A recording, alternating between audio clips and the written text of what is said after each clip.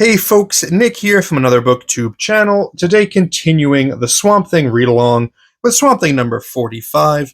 We are pushing along with the American Gothic storyline where John Constantine is leading Swamp Thing across the United States, essentially, dealing with kind of classic supernatural spooks.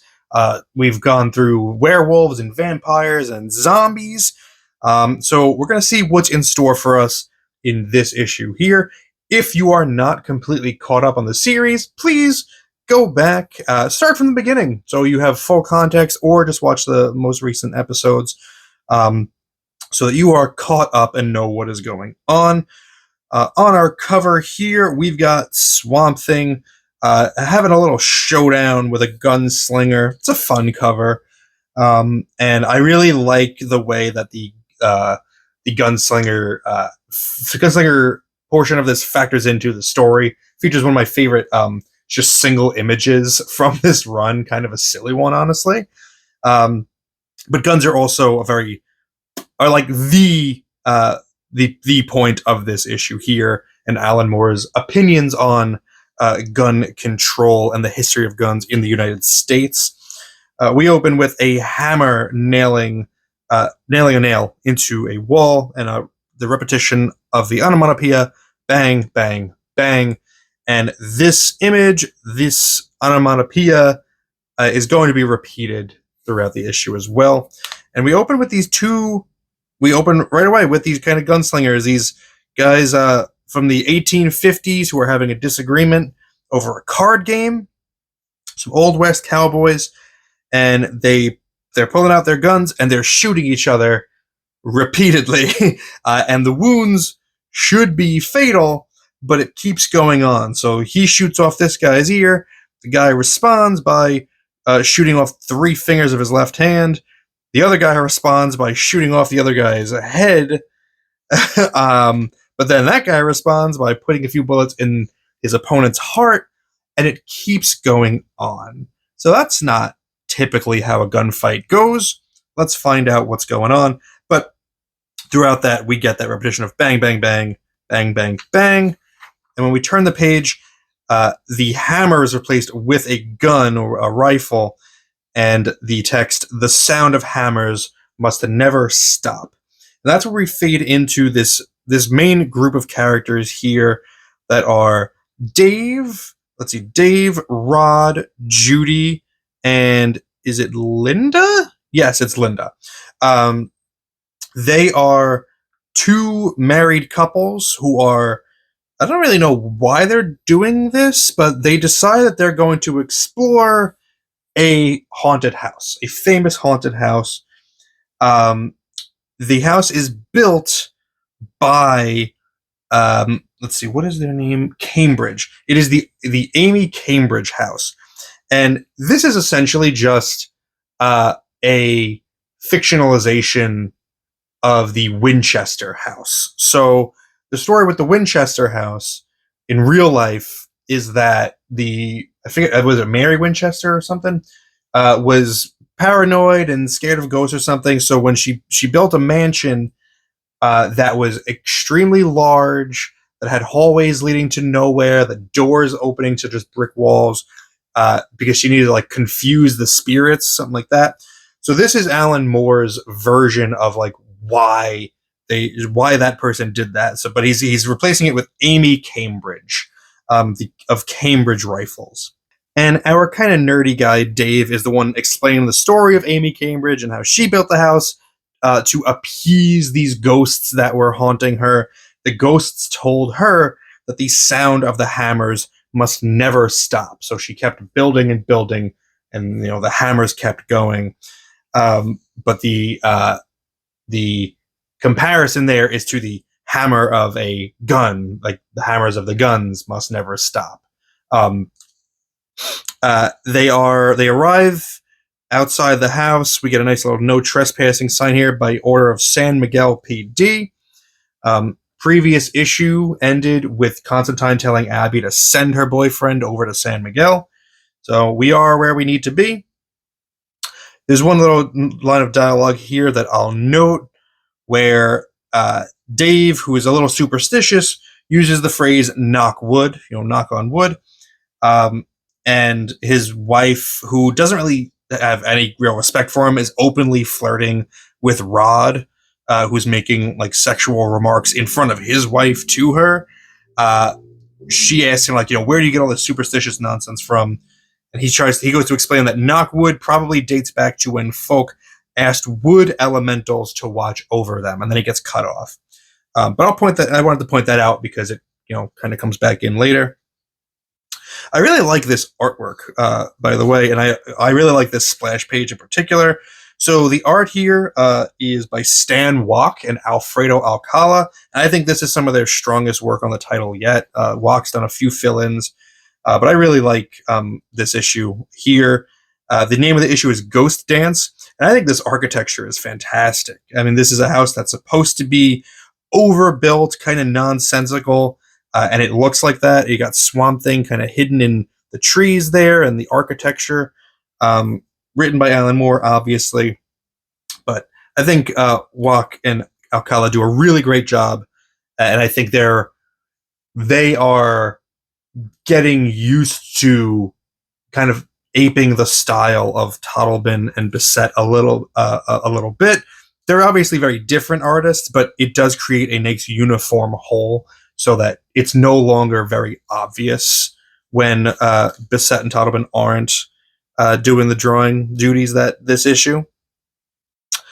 But we move on, and the couples enter the house, and immediately they kind of split up in different directions because none of them are taking Dave's warnings seriously. He's telling them the house is crazy big. The servants that worked here needed maps to get around. If you go in there, you're going to get lost.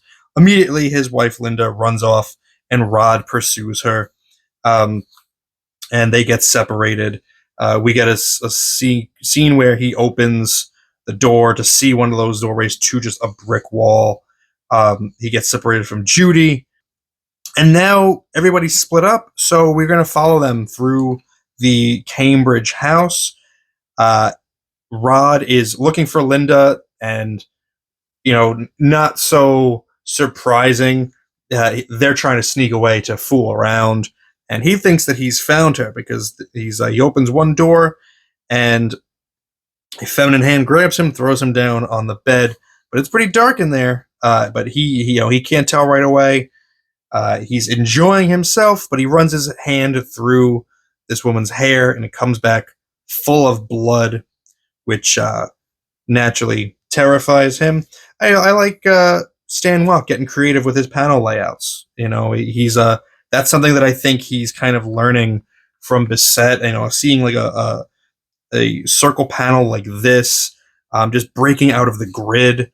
I love to see that kind of experimentation with panel layouts. Rod here runs away from this bleeding woman, opens up a door, runs through it without looking, plummets 3 stories. Splat! That's the end of Rod. Real quick. And we're back to bang, bang, bang. The sound of the hammers must never stop. We're over with Linda now. Linda is also trying to find Rod because, she's got the same thing in mind. And she's hearing that banging, and she opens this door. And this is the image I was talking about earlier, one of my favorite ones. It's those 2 card players in the beginning having their disagreement. They've been shooting each other repeatedly and not dying. And now they're left with just like almost nothing left on their bodies. This guy is just a pair of legs, but because his arm fell off with the gun still in hand, he's still able to shoot with it. So this is Alan Moore's way of pointing out just the pervasiveness of gun culture in the United States, how nothing can stop us from obtaining more guns, using more guns, killing each other with guns. It's just a never-ending kind of process. This sight freaks out Linda, who backs out of the room, and other victims of the gun violence all converge on her and just start laying hands on her. They've got their eyes all blindfolded so they can't see her. Kind of a spooky spooky picture. She loses consciousness as we hear more banging. Bang, bang, bang. Judy's off on her own. She is opening doors and just looking for anyone that she can. She finds a freestanding wardrobe and she says, you know what? Why not? Everything else in this house is weird. Let me open it up. She opens it up. She gets some stampeding bison going, coming right at her. She closes the door. Obviously, that's going to work. She starts laughing. She thinks of a Porky Pig cartoon that had a similar idea. She thinks, that's fine. It was just like a hallucination. But the sound of the stampede is getting louder. And sure enough, boom, they eventually break through and trample her. And that's the end of Judy, which is unfortunate because I didn't have anything against Judy in this issue. She kind of was just kind of quiet, and she had a moment with Dave earlier where she said, like, you're too, I think you're a little too forgiving with Linda because she's very flirtatious with Rod. And I think maybe Judy knew what was going on, but she was maybe too meek as well to say anything. But c'est la vie, that's it. And when we go to join David, we're at the staples of this issue. We haven't gotten Swamp Thing yet, but we have a shadow here.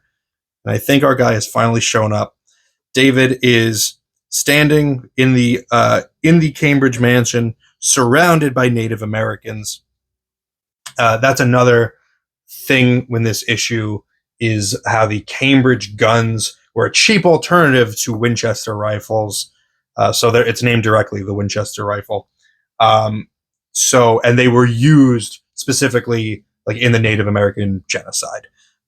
So again, that's more Alan Moore, just pushing on his gun criticisms in the U.S. Swamp Thing enters the house and finds David, and David is relieved to see him because he sees Swamp Thing, and instead of being freaked out like everything else that he sees, he's relieved to see him because he says, "You came, a wood elemental." Yes, of course, it makes perfect sense. A wood elemental come to protect me from the ghosts. And that goes back to what his dialogue earlier, where he says, knock on wood was a call to wood elementals to protect people. So Swamp Thing to him has answered his prayers and shown up. And David explains to Swamp Thing what's going on. The ghosts are here. They had told Cambridge that the sound of the hammers must never stop, and that's why they're angry, because the sound has stopped. And we get the dialogue, which kind of hammers home the premise of the story, or the theme of the story. The sound of the hammers must never stop, they said. Made her build a house to appease them, so they'd let her be. Built with nails the way Cambridge bullets built a country. So there you go. There's again that sticking it to the fact that we did kind of, the white man did slaughter a bunch of Native Americans to build their own country. Swamp Thing leaves him to cry because he's got to go deal with these ghosts now, and he knows what to do. He finds Dave's wife. She's just passed out. She's not dead. And he understands what he has to do here, and that is make the sound of the hammers come back. So he just starts banging. He just starts banging on the table. Sorry for the audio change. I had to re-record this. But he starts banging on the wood. He starts knocking on wood. He is the wood elemental come to protect them, and it draws the attention of all of these ghosts who rush after him, and they rush towards the chimneys, and it releases their spirit. And I guess that's it. I mean, I don't quite get how this part works, but Swamp Thing was able to knock on wood and save everyone. He's able to get Linda out of the house, and Dave reunites with her. And in her hysteria, she lets the cat out of the bag that she's been sleeping with Rod for months. He's still in the house. Why did he have to get stuck in the house? Why couldn't it have been you, Dave? And Dave is shocked by this, but at first he does nothing. He just follows her away. Yes, Linda, I'm coming. Meanwhile, Swamp Thing meets with Constantine. We can tell Constantine's been waiting for him for a little while because there are some spent cigarettes on the floor at his feet. And Swamp Thing is kind of he's frustrated with Constantine because he says, I came as you requested, but I don't even know why, because you're probably just going to give me another riddle, another enigma, another destination. Like, you're never going to give me the truth. And so Constantine tells him, oh, you want the truth? Okay, and I got some friends here. Come out. They'll say hello, and we'll give you the truth. So a couple of his buddies that we've met in previous issues, I think it was issue 37 where we first met them. This is Benjamin Cox and Frank North. They have their own ideas about doomsday and what's going to cause the end of the world. They know they are the ones that know something is coming, which is what this is all about. So they walk off together, and John tells Swamp Thing, see, as it happens, I've got a couple front row tickets for the end of the universe. I thought it'd be best to use them now. I mean, you never know. There may not be a second performance. So hopefully we're going to get some answers in the next issue. We do have an epilogue here where Dave goes to a gun shop and buys his very own Cambridge rifle. And he's thinking of his wife as he drives home. And we end with another image of a rifle in hand. The sound of the hammers must never stop. So Linda will get her comeuppance after all, it seems. Next issue is Revelations. So hopefully, I think Swamp Thing's going to get those answers, that truth that he's been looking for. But there you go. Swamp Thing 45. Alan Moore's gun control issue. I'm very curious to see what the letters column reactions were to this one. I think I had read in the trade paperback version that collects this story that it was very, like, maybe even more so than The Curse, generated a lot of interesting feedback from readers who are very adamant about their Second Amendment rights. So yeah, you let me know in the comments what your opinions are about this story. I really like this story. I like the messaging in it. I like the themes of it. Let that inform you of, where I stand on the issue. But I think overall, just as a comic, I think it's a really solid comic. It's got good horror bits. And I, like I said, I really like, where's that silly panel? I want to end on that silly panel of those two corpses shooting each other repeatedly. Where are they? Come on. There they are. Look at those guys. So that's where we'll end it. Thank you guys so much for spending some time with me today. But now it's time to get back to reading.